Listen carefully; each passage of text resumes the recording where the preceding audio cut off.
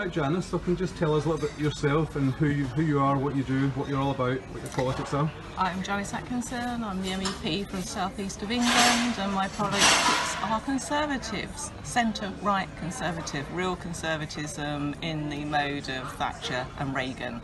And in the European Parliament I sit with the ENF group, which is Europe of Nations and Freedom. It is what it says on the tin, and that comprises of people like Marine Le Pen, Geert, Straka, who is running Austria, and also the great Matteo Salvini, the new king of Europe, running Italy.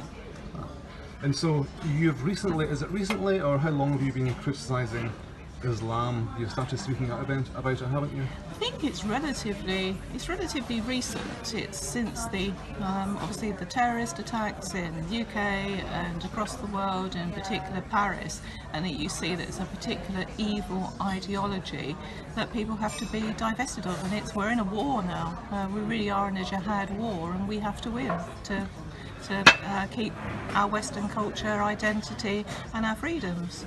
And how's that working out for you? I noticed that you tried to speak about Tommy Robinson in the European Parliament and they shut your mic off?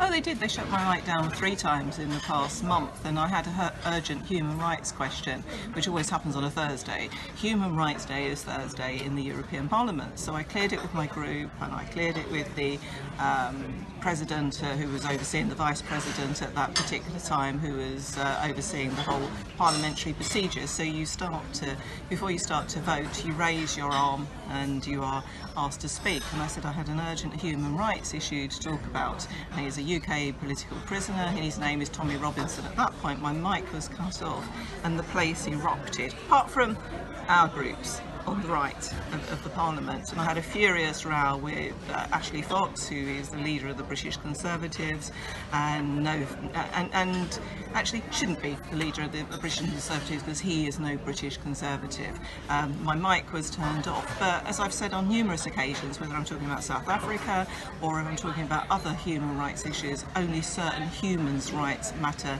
in the Parliament. It certainly isn't the likes of South Africa and Tommy Robinson.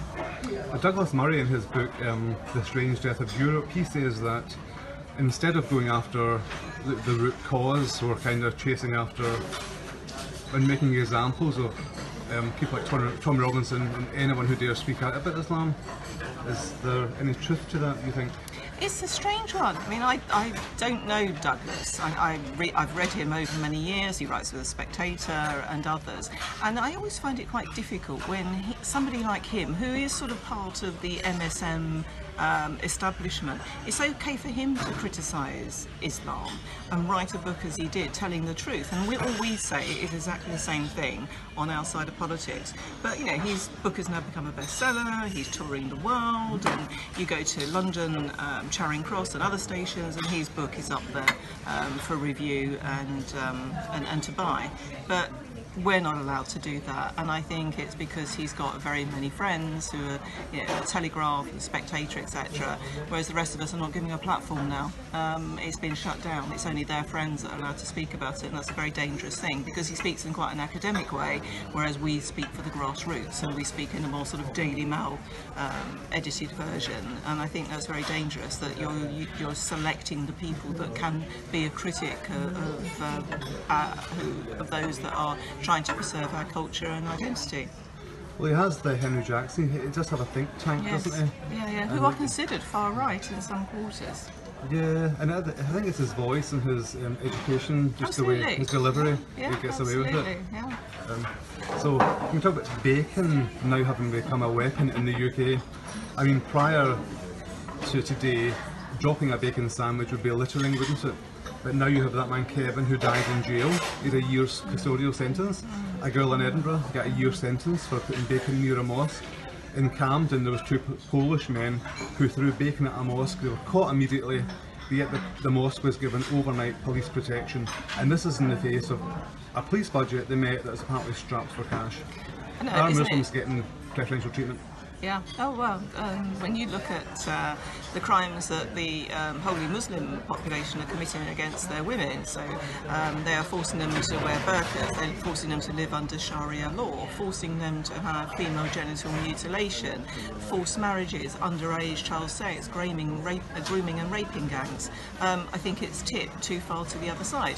Yeah, I live in London. We're taking this in London at the moment, and we've got Mayor Khan, or Carnage as I call him, to coin a UKIP phrase, is more interested in shutting down free speech on the internet, where he's got 800 to 900 police officers in the Met, paid for by us, that are targeting us on Twitter over silly hate crimes. It's gone too far the other way, and if you carry on like this, with the Met Police that's being politicised, and people like May in Parliament and her government is targeting people like us, and we're quite a vast army now, you know, the People's Army is growing again, and that's reflected in the polls. People are very, very angry, and people are very angry that they don't have free speech and that bacon has been weaponised. It's ridiculous, and also, you know, bacon is sort of linked with being anti-Muslim. It's ridiculous. It's one of our national dishes.